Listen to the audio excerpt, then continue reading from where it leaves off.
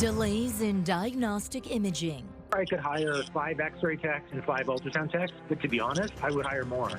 How staffing shortages is compromising patient care. Plus, targeted operation. Dozens of charges laid in 3 days, aimed at reducing crime in a problematic area. And holiday shopping season is here. Even the week before the deals and promotions start. Black Friday sales already on display. I think it's good for the businesses, good for the economy. I think it's a good thing.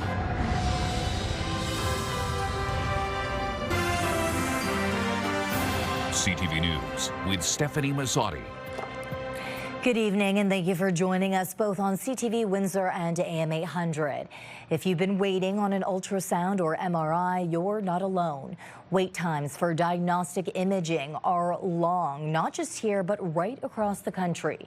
CTV's Travis Fortnum has been looking into why. Travis, demand is high, but interest in these jobs just isn't keeping up. That's right, Stephanie, and the impact is being felt by patients who need routine scans. Hospitals and clinics say they're competing for the same small pool of technologists, and that shortage is now showing up in months-long wait times. Fighting a fertility battle, Bria Beausoleil spent the last few years counting losses and counting down a wait list. After 3 miscarriages, doctors discovered a uterine septum that could be corrected with surgery, but they wouldn't go ahead until it was confirmed on an MRI. For 2 years, she waited for that call. Honestly, it's just, can I do this? That anticipation and then the constant disappointment of every 3 months being like, okay, this is when I'm going to get it. No, you're not. She's not alone. Non-urgent MRI and CT scans in Windsor, Essex now come with a months-long wait, sometimes a year or more. The hospital says it's a staffing problem. If people are looking to get them done in Windsor, there is some staffing issues for CT and MRI vacancies, which is impacting wait times. Nicole Krevionic is the Chief Nursing Executive and Vice President of Diagnostic Imaging at Windsor Regional. She says there are job openings, just not enough technologists to fill them. And community clinics are competing for the same pool of workers. If somebody came to me today, I'll hire them, right? Like I could, for sure, I could hire 5 x-ray techs and 5 ultrasound techs, but to be honest, I would hire more, right? Because what that would allow me to do is expand hours. Clear Medical Imaging is offering a $30,000 signing bonus. Windsor Regional up to $25,000. Even that, they say, is not always enough. So we have a recruiting firm out of Toronto that's trying to recruit for us as well. Beyond that, we even got plugged in at the high school level because I don't know that students necessarily know the career opportunities that exist in medical imaging. You know, they're good paying jobs. Even myself, when I was looking to get into healthcare, this is not as well known of a job that's available for people. Krevionic says urgent cases are still done within provincial targets, but routine scans are backed up. And working with a family doctor on how a referral is flagged can make a difference. After 2 years of waiting here, Beausoleil went to Toronto for her MRI and finally got a path forward. Just that elation feeling of being like, okay, we're finally on to the next step. And it's just my goal of having my own child is getting closer and closer. She knows not every patient can travel and says staffing gaps here at home cost her time she can't get back. So, yeah, the staffing issue is not unique to Windsor, Essex, but it is a little sharper here. Hospitals and clinics say they're not only competing with each other, but also with Michigan health systems just across the border, which are actively recruiting techs from this region. Stephanie. Okay, Travis Fortnum with our top story tonight. Thank you for this, Travis. We are learning new details about the theft of a historic cross in Tecumseh. Officials at the Diocese of London tell CTV News Windsor St. Anne's Catholic Church acquired the historic cast iron cross in 1873. It was donated in 2018 to the Tecumseh Historical Museum. As we first reported yesterday, Essex County OPP are investigating after the cross was stolen sometime between November 6th and 8th. Officials say due to the weight of the cross, it would require 2 individuals to move it. A similar incident happened at St. Peter's Cemetery in London. The stolen items were returned by the owner of a scrap metal yard after the theft was reported on CTV News. Officials hope for a similar result in this theft. It's not just a decorative piece. This is over 130 years old. This is part of our community, and this is something that it holds a lot of not only just sentimental value to members of our community. Windsor police are warning pizza delivery drivers to be on alert after 2 recent vehicle thefts in the city's West End. On November 20th, a delivery driver had a minivan stolen while making a drop-off. Then hours later, a second driver reported a similar theft. In both cases, suspects flagged down the drivers to receive the pizza, then fled on foot. Police later found one of the stolen vehicles heavily damaged after a collision. Windsor police arrested 19 people in just 3 days during their latest safety blitz in the Glengarry neighborhood. Officers, together with the Windsor Essex Community Housing Corporation, conducted a targeted operation at the apartment buildings in the 300 and 400 blocks of Glengarry Avenue. In total, 36 criminal charges were laid, including break and enter, robbery, and assault.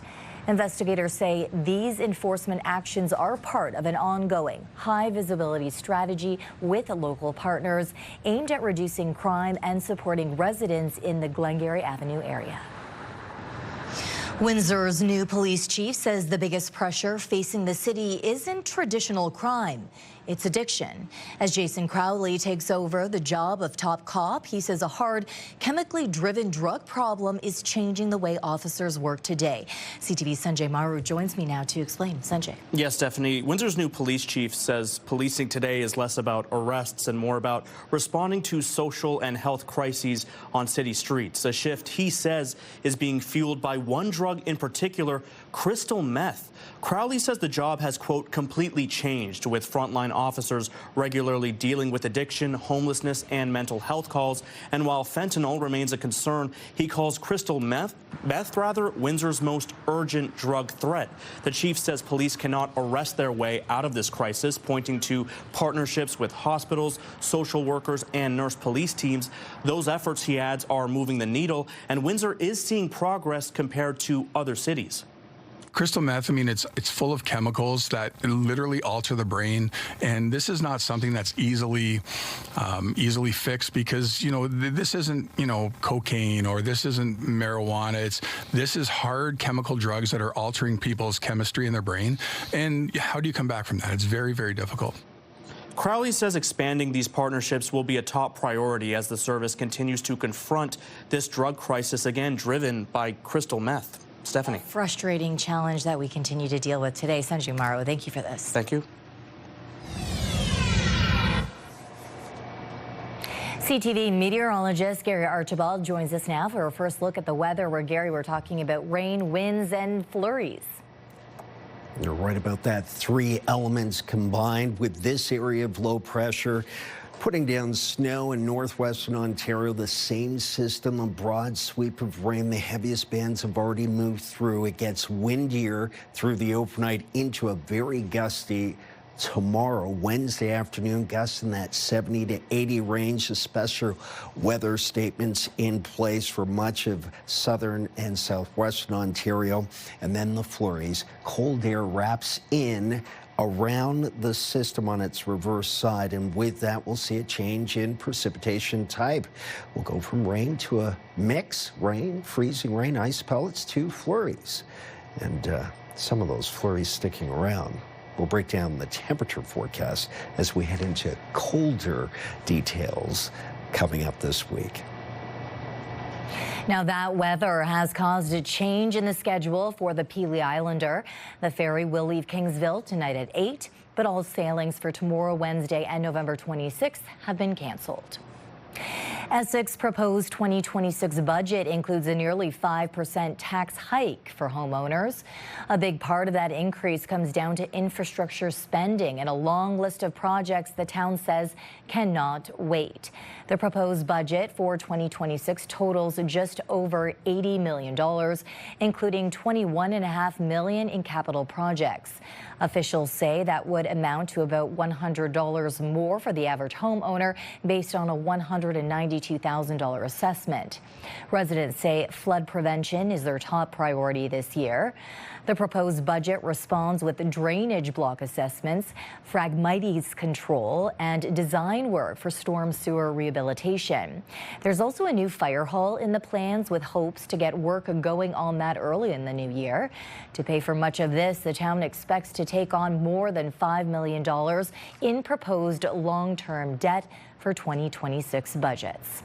Now, the proposed budget is expected to be finalized before Christmas. Now the mood is brighter, lighter, almost electric at the Stellantis plant today. The third shift was cut 5 years ago, but the company says it will be brought back in February and hiring is already underway. The news has brought a renewed sense of optimism to the plant. I think it's a great opportunity for everybody, new jobs. Like, I just got hired recently because of the third shift, so a lot more jobs for people off the streets and people are looking for something. Really, having it come back opens up more opportunities for a lot of the new hires. I think we got quite a few new people coming in, so third shift's actually awesome. I'm really excited. It's going to help a lot of people, like especially myself. I know a couple people who are also getting hired currently, waiting on the third shift to start, hopefully soon. And I can't wait to get started with it. And it's going to bring a lot to the city and a lot to my family and friends as well. The Ford government tabling sweeping legislation today. It includes tougher penalties for dangerous drivers, tighter bail rules, and a plan to make some information from the province's sex offender registry public. Here's CTV's Siobhan Morris. Every day is a nightmare. The pain is still raw for Andrew Cristillo's younger brother, the father of 3 killed in a head-on crash this summer. The driver of the other vehicle was already on police radar for having hit the Premier's SUV back in January. A family's loss exposed a gap in the law. The individual going over 200 kilometers an hour when he hit Ford was back behind the wheel within 30 days. Had that not been the case, maybe my brother would be here today. A gap the government's trying to close, making good on a promise to the Cristillo family. Including a 90-day license suspension and a 7-day vehicle impoundment when police have reasons to believe someone was driving dangerously. Today, we're done gambling, and we're going to start seeing some real consequences. The government's considering forcing impaired drivers who kill parents to pay child support, increasing fines for careless driving, and a lifetime ban for those convicted of dangerous driving causing death. It's a bit rich coming from a government who just removed the ability of municipalities to have speed cameras in place, which all the evidence shows has been the most effective policy at reducing speeds on our streets and helping save lives. Siobhan Morris, CTV News. The Dresden landfill controversy also came up at Queen's Park. As we've reported for nearly 2 years, York One Environmental Waste Solutions wants to reopen an old landfill north of Dresden to put in a regenerative recycling facility. They're now taking Chatham-Kent to court to force the municipality to greenlight the project. The Ford government insists the move is necessary because of Ontario's growing need for landfill space. But opposition parties are on the side of residents and the environment. They're very upset with the government for just, for continuing to just steamroll over their rights and what their community wants. The Ford government is saying we're going to plow ahead without putting any measures or studying how we can protect the water. I mean, he is putting the Great Lakes at risk to help out a big donor to the Conservative Party. Black Friday is still a few days away, but the shopping rush is already underway, starting earlier than ever. CTV's Chris Campbell has more on what shoppers can expect at Devonshire Mall and why experts say this year's spending could get a boost. Christmas is a month away, and if you've already noticed the crowds, you're not alone. We just want to check out for some deals before Christmas. I've done a bit, not very much. Same here, not much at all. Just looking now, definitely waiting till Black Friday for all the sales. Many shoppers across Canada say Black Friday has turned into Black November. I feel like companies don't even do like Black Friday just on the Friday anymore. Like, I've been getting emails for the last 2 weeks about things going on sale. Devonshire Mall says this year's crowds began building days ago, with stores rolling out discounts earlier and deeper than usual. Well, we're experiencing store-wide sales of up to 40-50% off. A lot of the stores and a lot of the tenants are actually offering promotions, daily deals leading up to Black Friday too, so it escalates even on actual Black Friday. Last year, over the Black Friday weekend, the mall saw over 118,000 visitors. So expecting more. We've already seen these numbers increasing this week. With the weaker Canadian dollar, the mall is also getting interest from across the border. We are having quite a few Americans call guest services and wondering what we're doing for Black Friday. A new Retail Council of Canada survey shows 74% of Canadians plan to maintain or even increase their holiday spending. And marketing experts say early deal hunting is now a permanent shift. But Black Friday is no longer one day or 1 week. It's actually a brand name that represents the extended holiday shopping for several weeks and even spanning a month. The consumer price index, which is informally called price inflation, is lower than what it was last year, which would be a pleasant news both economically as well as psychologically for Canadians. And it should spur greater spending, which will help the economy. And some of that spending is happening right here in Windsor. I like it. I think it's a good thing. I think it's good for the businesses, good for the economy. I think it's a good thing. Retailers expect the biggest crowds Friday morning and then again after school lets out as Windsor heads into one of the busiest shopping weekends of the year. Chris Campbell, CTV News. Do you partake in Black Friday shopping? Online, in-store, both, or not at all? Go to our website to cast your vote, ctvnewswindsor.ca. Yesterday, we asked if you try to repair and reuse products instead of buying new. Out of almost 700 votes, 84% of respondents say yes. Now, while you are out shopping for the holidays, a reminder others are also asking for help. Wednesday is Cans for a Cause night with the Windsor Spitfires. Fans are asked to bring cash or non-perishable food donations to support the Society of St. Vincent de Paul. Every donor gets a chance to win a prize pack valued at over $250 from the 2025 Tourism Windsor Essex Holiday Gift Guide. The Society has already helped over 200,000 people this year. The 22nd annual Cans for a Cause returns to Devonshire Mall on December 12th. And the 4th annual holiday gift drive for teens is also underway, and organizers are asking for donations. The campaign specifically helps youth between 13 and 18 in low-income families. The group Bridge Builders says this age group is often overlooked. The organization says there's a high number of registrations this year, and past donations have been exhausted. They are asking for items like gift cards, hoodies, toiletries, sports equipment, makeup, headphones, or games. Donors can also sponsor a specific teen. Last year, the group collected gifts for 75 teenagers. Now, we want to hear from you. Do you have a comment or question? An idea for a great story? Text us at 10400. You can also send photos and video. As violence rages on, Ukraine's president says he is ready to meet Trump once again as allies discuss a peace deal. That's still ahead on Windsor's News Leader.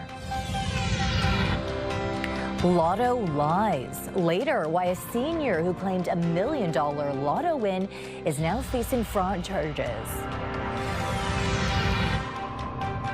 And holiday magic is coming to downtown tomorrow. How two beloved festive events are joining forces this season. That's tomorrow at 6 on CTV News.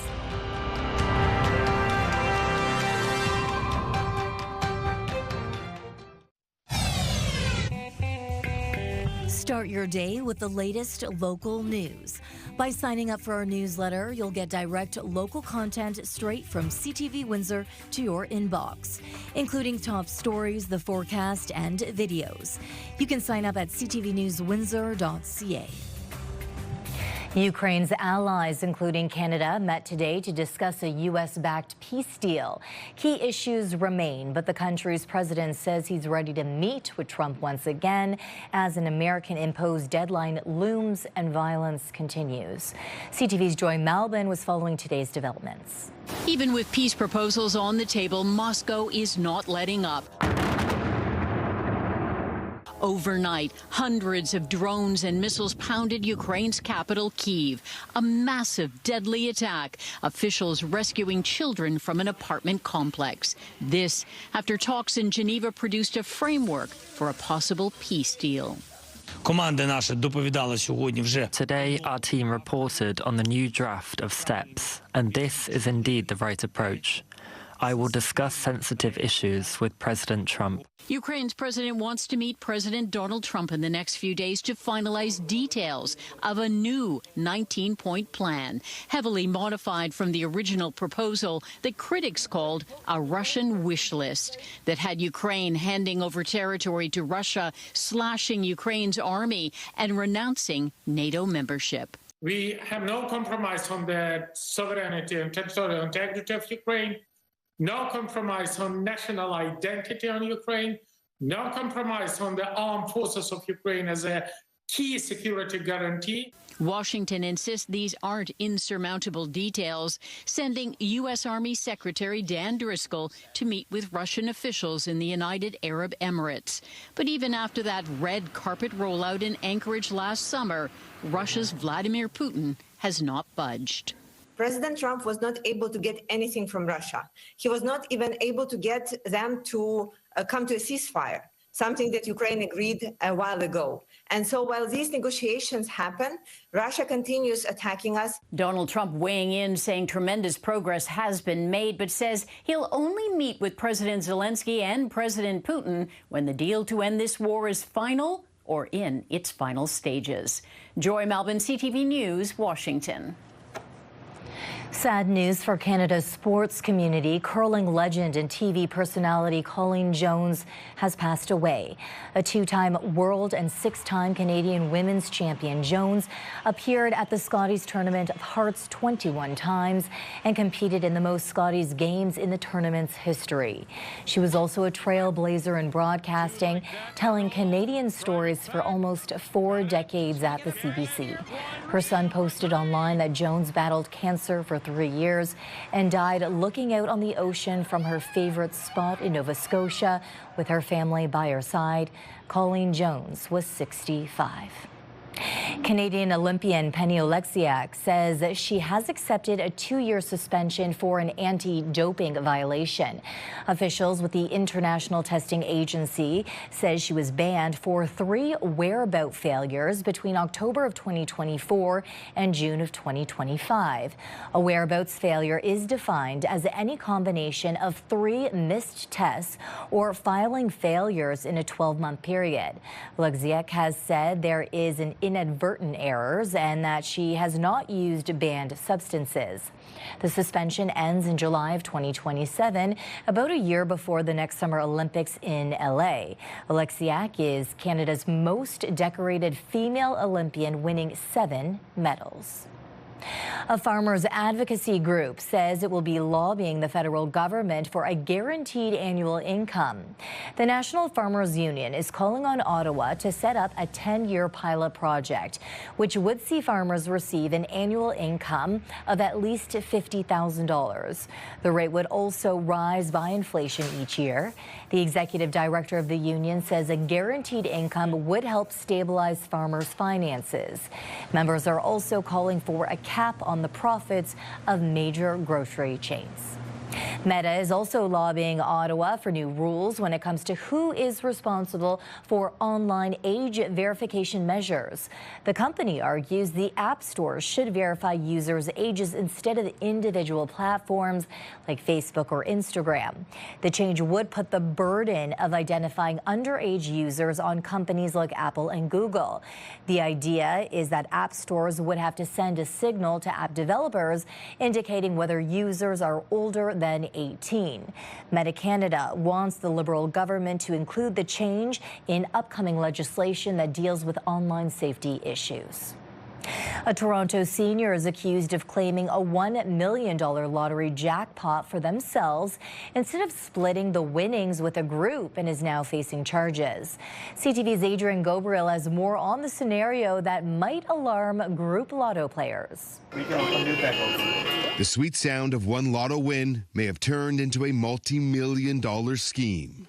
Winner, Gagnon. A joint investigation by the Ontario Provincial Police and the province's Lottery and Gaming Corporation have led to charges that allege that this man, 70-year-old Alex Perucha from Toronto, falsely claimed a $1 million lotto win as his own when he should have split the winnings with two others. At Lotto Max, you have a 1 in 33 million chance of winning. In a news release touting the $1 million payday this summer, Perucha is quoted as saying, "I won a free play, so I went to the store to claim it." The next day he reviewed his numbers and says, "I double-checked my ticket and counted the zeros. When I realized it was a $1 million prize, I was overwhelmed." The winning Lotto Max free play ticket with Encore, purchased here at this Toronto corner store, was claimed on July 2nd, 2025, and was paid out by the OLG. When you go into the lottery office in Ontario, you're asked specifically, are you a member of a group?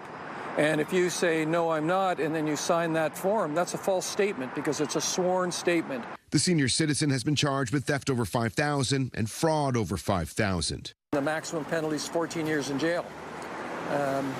Pretty serious stuff. An email from the 70-year-old's lawyer in part states that Mr. Perucha categorically denies all allegations and charges related to the lottery ticket and maintains he has done nothing wrong, going on to claim the dispute involves complex facts that will be addressed through the proper legal process. Though if he's found guilty, his share of the winnings could go up in smoke. There may be a question about whether he's entitled to any of the money. If you're purchasing lotto tickets with friends and family, there are group forms that you can use. Mr. Perucha will plead his case in court on January 8th. Adrian Gobrel, CTV News, Toronto.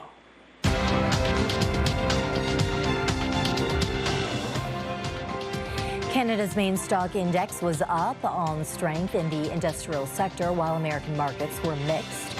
In Toronto, the TSX gained 296 points. In New York, the Dow added 664, the Nasdaq up 154. The Canadian dollar claimed a modest gain of 0.02 of a cent. On commodity markets, gold gained more than $46 an ounce and oil fell 89 cents a barrel. Hope on the horizon. Coming up, could a new therapy change the outlook for aggressive brain cancer patients? Let's look at our CTV News weather snapshot. It's gorgeous, thanks to Jonathan Brown's image. Just ahead, not so beautiful weather as we get into some rain and snow, a mixture with very strong winds for tomorrow. I'll break down what you need to know coming up.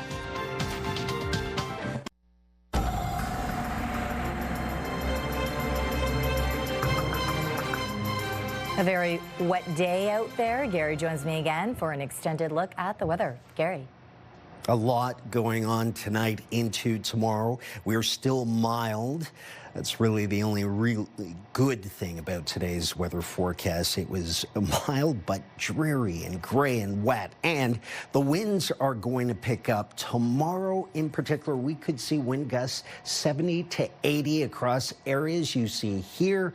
Extreme southwestern Ontario, Windsor, Essex, towards Chatham, Kent and surrounds. Today, reaching a high close to 11 degrees Celsius. Our average is 6 degrees Celsius on November the 25th. By the way, air quality's not been an issue. It's still in that low category, 2 to 3 out of 10. That's good, but it's about the rain and the wind, which will then change over, the rain that is, to snow. More on that in just a moment. We're looking at wind gusts through to 10 o'clock in that 30 to 40 range, but it will pick up, we'll double that, get up to at least 60 plus. I think 70 to 80 tomorrow afternoon and night is a real possibility. Holding at 10 degrees at the airport, still light drizzle. That's 50 Fahrenheit in Windsor, a bit warmer. 51 to 52 Fahrenheit, 11 degrees Celsius in Chatham, Kent, light drizzle and gray. We are cold across much of Canada. A good 88% of the country is at the freezing mark or below. Of course, well to the north. Snow's on the way. That's what's wrapping up in behind the rainfall with this area of low pressure. So let's talk tallies. The rainfall graphic giving us an idea of where the rain's likely to fall, followed by the snow. As cold air wraps into the system, the precipitation type changes. We go from rain to maybe a wintry type mix, freezing rain, ice pellets, and then snow. The rainfall tonight is light. Watch out for some snow. Computer models suggesting flurries tallying 1 to 2 centimeters in parts of the Lake St. Clair region. Here's the breakdown for tonight. Looking at 9 degrees and then a slight bump, going up to about 10. This all between 8 and midnight, and the winds picking up. Take a look at our Enercare 7-day forecast. Flurries tomorrow night, a windy day. Thursday flurries will go from 10 tomorrow to +1, then +1 flurries and a mix Friday. Saturday, Sunday, -2, +1, a mix. Flurries, -1, and then Tuesday, -2. That's your cold air, the polar vortex breaking down and changing things drastically in the lower latitudes. Lifetime, brought to you by Safeguard Medical Alert Systems. There is new hope for Canadians living with one of the most aggressive forms of cancer. The treatment is not a cure, but it's offering patients something they rarely get: more time. CTV's Avis Favreau has the details. On the stretcher is 67-year-old Elena Marcoux, about to be treated for an aggressive brain tumor in a very new way. We confirmed that this is a glioblastoma. She's one of about 1,000 Canadians diagnosed each year with glioblastoma, a cancer with a very high death rate. It ended the life of musician Gord Downey. The key problem: chemotherapy can't get past the blood-brain barrier to stop the tumor cells. So as part of her treatment, doctors give Elena an infusion of tiny micro bubbles. And as she lays in an MRI, they send ultrasound waves into her brain to cause those bubbles to vibrate. The result: the bubbles are able to briefly pry open the brain's protective barrier, allowing the anti-cancer drug to reach the tumor. As I went through, it got easier. A new study of 34 patients, almost half of them in Canada, found this treatment given once a month for just 6 months extended overall survival from 19 to 30 months, a 40% increase. All the more intriguing because a few patients have survived longer. There are still patients who were on this trial that are still alive right now, and that's 4 to 5 years in. While not a cure, Dr. Lipsman is hopeful. This is a disease that is in urgent need of treatment. I think the safety data was pretty compelling. I think the efficacy data was pretty compelling. And I'd love to see this as quickly as possible move through the regulatory process. The treatment is clearly promising, but it needs big hospital-based equipment like this MRI, meaning it will be hard to get out to patients across the country. And that's why Canadian scientists here are developing the next generation of portable focused ultrasound. And this is what the next Canadian-designed prototype looks like: wires that deliver the ultrasound outside of an MRI, with patient studies to begin next year. We can do it faster, we can do it more streamlined, doesn't require an overnight stay, but all of those steps will mean a much reduced cost footprint. Elena, meanwhile, has one more treatment to go. I have 2 grandkids. One is 10 months old, and I can be around them. After which she hopes her brain tumor remains stable as she helps science with the next stage of this research. Avis Favreau, CTV News, Toronto. The federal government is not committing to the expert roadmap for a national pharmacare system. The health minister says the government is still reviewing the recommendations and stresses the advice is non-binding. The expert committee's report released last Friday calls for a national list of essential medications and federal funding to make those drugs free and with a health card. But healthcare is provincial, and the minister's job says is to work with partners, not override them. New data reveals that legalizing cannabis has sparked a massive cash windfall for both federal and provincial governments in Canada. The country and province is making more than $5 billion in cannabis revenue since it was legalized in 2018. Just over $1 billion of that went to Ottawa. The only province that didn't cash in was Manitoba, which doesn't take part in the federally managed taxation framework. The information was made available after a Conservative MP requested a breakdown of cannabis revenue. Thanksgiving travel is here, but the travel rush has turned into a travel slump. Coming up on Windsor's News Leader, what it says about Canada-U.S. tensions.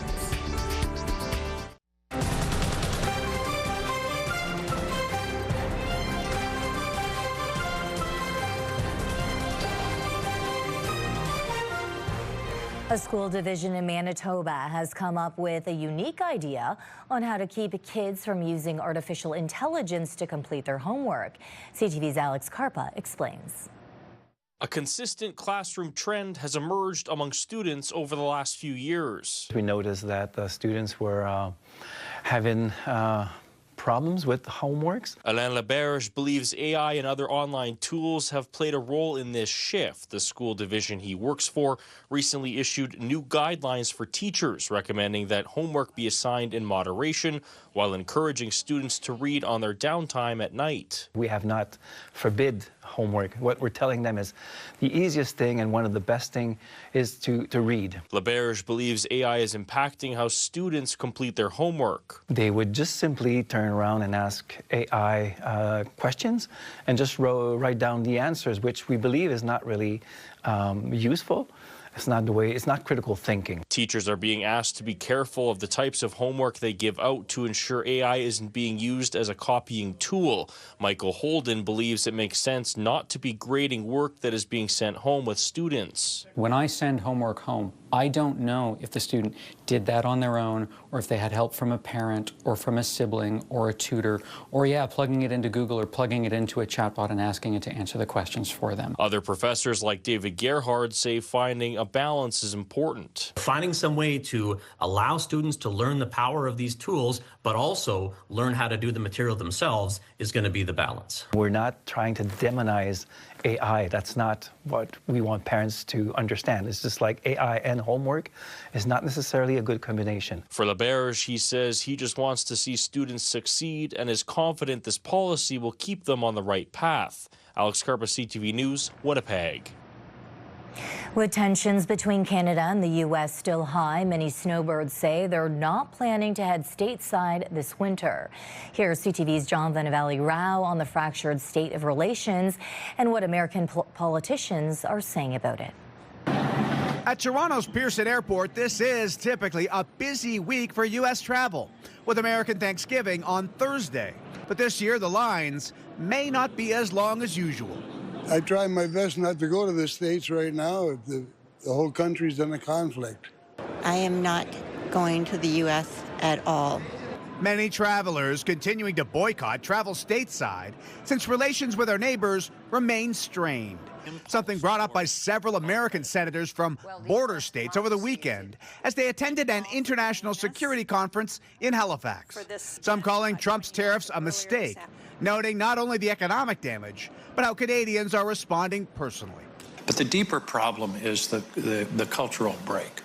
The idea that Canadians now don't think of Americans as their friends and their neighbors, but as an adversary. We're your friends, and we're going to do everything we can to put things back to the wonderful relationship that we've always had with Canada. The troubled state of that relationship reflected in the latest travel data, showing in October return trips by car from the U.S. were down 30% compared to a year ago, and by air they fell 24%. We caught up with Brian Ireland as he headed off on a holiday to Cuba. He says this year he didn't even consider going to Florida. Not at all. Not at all. We just try to stay clear there right now. We're not involved in the politics, and we're happy to be a Canadian. A recent poll found 70% said they'd feel uncomfortable traveling to the U.S. this winter. 65% said they were concerned about new border requirements for long-term visitors, including fingerprinting. Still, some of those U.S. senators remain optimistic the damage to relations can eventually be repaired, with one of them, an independent, simply calling the tariffs ridiculous. John Benavelli-Rouse, CTV News, Toronto. Cancer for a Cause is back for its 22nd year. Join us as we broadcast live from Devonshire Mall. We'll be collecting cash and non-perishable food items for the Society of St. Vincent de Paul. We need your help, generosity, and goodwill. Visit us online for more information. This is your CTV Windsor, our community calendar. Sparky's Toy Drive is back. Purchase a new unwrapped toy to donate and drop it off at any local fire hall. Find the holiday spirit with Sparky's. See you next time on Our Community.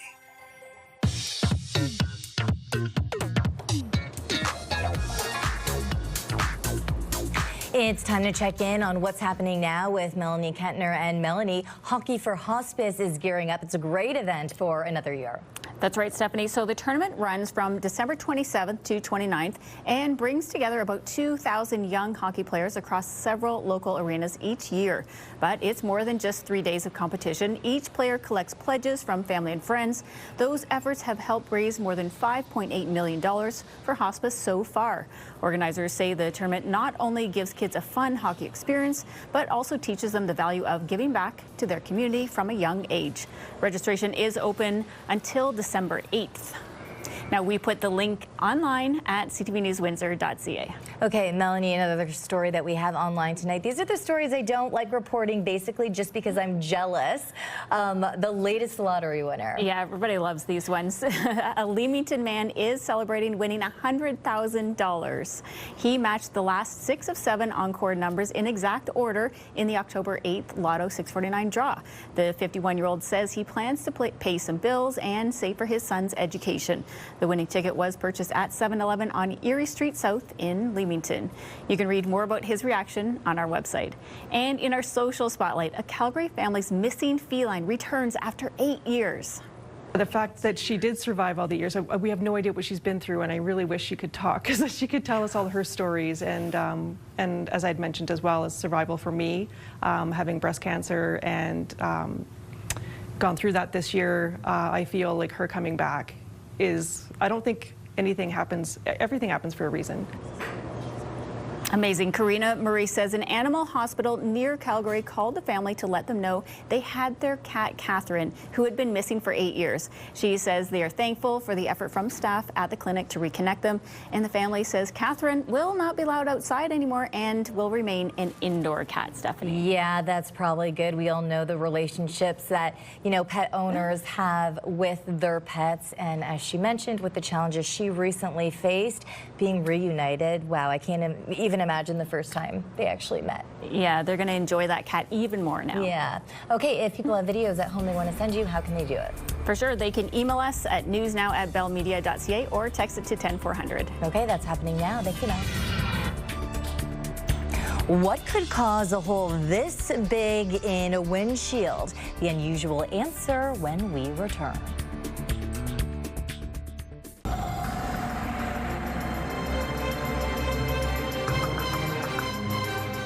Gary, that is a beautiful shot right there. Well, thank you. Credit goes to Mother Nature, of course. I do like the foggy mystique of pictures like that, right? Very calming. But for those who had any plans outdoors, not the most pleasant day. Gray, dreary, and wet. Will be wet tonight, windier tomorrow. Flurries will be the story in the afternoon. Still rainy in the morning. Gusts to 70 plus is possible. And then cold. Look at this. 10 degrees tomorrow. 1, that's +1. Then 1 again. More flurries Thursday into Friday. Saturday, Sunday will be in the minuses over the weekend. Lows are going to be below, say, -3, -4. Wind chill values in the -10 range. So polar air is in place. That's why temperatures are taking this nosedive. The perfect time to turn on that fireplace if you have one. Yeah. Okay, thank you, Gary. Michelle, you have a lot going on tonight. Yeah, it is busy tonight. So a couple of items on deck. There's a public meeting today about this idea of converting Windsor one-way streets back into 2 lanes. We likely, like our viewers, have a lot of questions about how that might work. We're trying to get some answers for you tonight. Also, parents are learning tonight the best way to help their kids deal with mental health and stress over the holidays. We'll bring some tips for all the parents out there.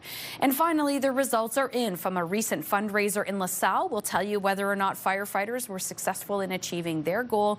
That's all tonight at 11. Okay, Stefanie. thank you, Michelle. And we leave our viewers tonight with a 911 operator call in North Carolina.